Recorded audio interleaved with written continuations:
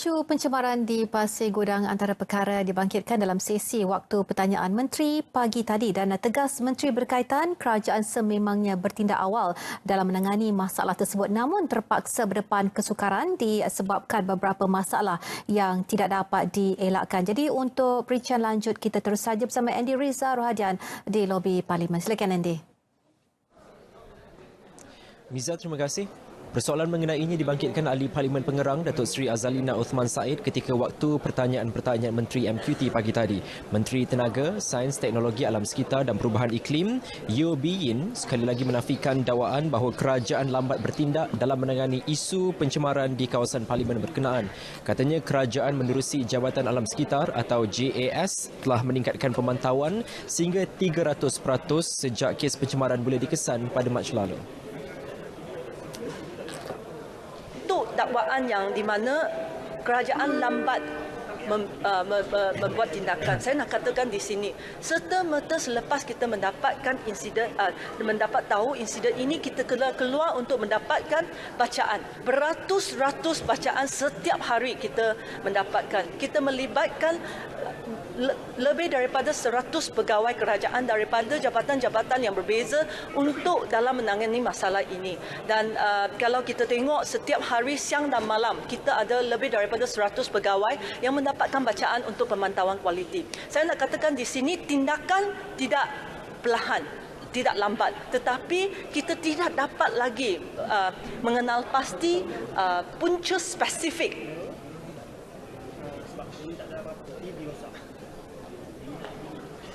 Baik, setakat ini siasatan masih belum dapat mengenal pasti punca khusus pencemaran tersebut sehingga menyebabkan masalah gangguan kesihatan di Pasir Gudang.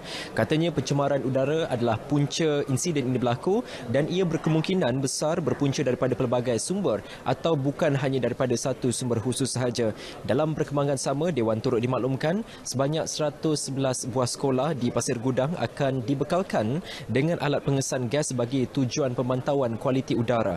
Guru-guru juga akan diajar cara untuk menggunakan alat tersebut agar tindakan awal dapat dilakukan segera. Tambahnya, sejak pencemaran dikesan pada Jun 2019, setakat hari ini sebanyak 172 premis industri telah pun diperiksa kementerian berkenaan. Hasilnya, sebanyak 98 kompaun telah dikeluarkan, 46 notis arahan dan 9 premis telah pun ditahan serta sebanyak 2 syur tindakan mahkamah telah pun dikeluarkan.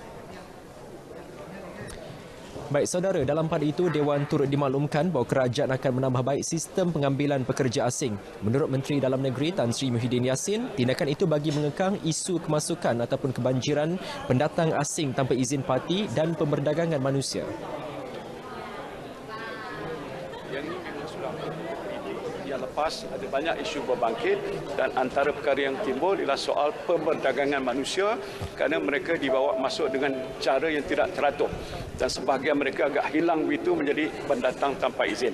Jadi langkah-langkah untuk menentukan supaya isu pemberdagangan manusia ini memang kita berikan keutamaan. Baik, penjelasan itu bagi menjawab pertanyaan Ahli Parlimen Rantau Panjang Siti Zailah Muhammad Yusof.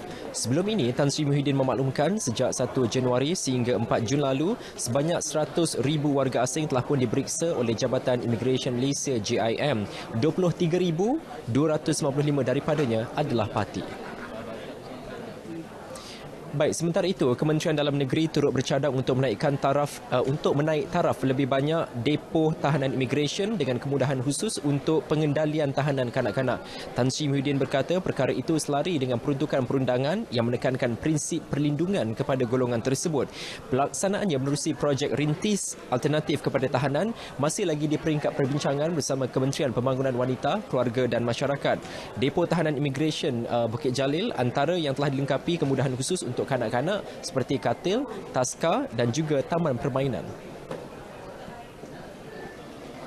Hormat PJ tadi, bila saya bincang pegawai, ada keperluan untuk menaikkan taraf itu setara dengan mungkin dengan setengah-setengah negara yang disebutkan tadi. Sebab itu kita adakan perbincangan dengan Kementerian Keluarga Wanita baru-baru ini untuk mengadakan satu projek rintis yang dinamakan Alternative to Detention.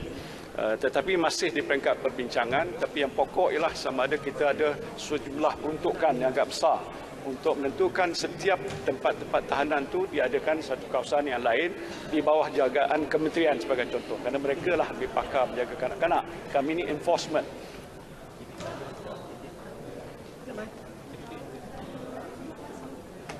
Mengulas isu pemerdagangan bayi dan kanak-kanak, beliau berkata pemantauan dan penguatkuasaan akan terus diperkasa meski jumlah kes yang diterima tidak tinggi.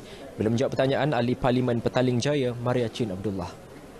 Baik saudara, seperti biasa, Dewan berhenti rehat sehingga jam 2.30 petang nanti dan akan meneruskan semula sesi perbahasan rang undang-undang Perhimpunan Aman 2019. Kesemua intipatinya bersama kami di Berita Nasional RTM. Berita lain di N1 kita kembali bersama Miza di Angkasa Puri.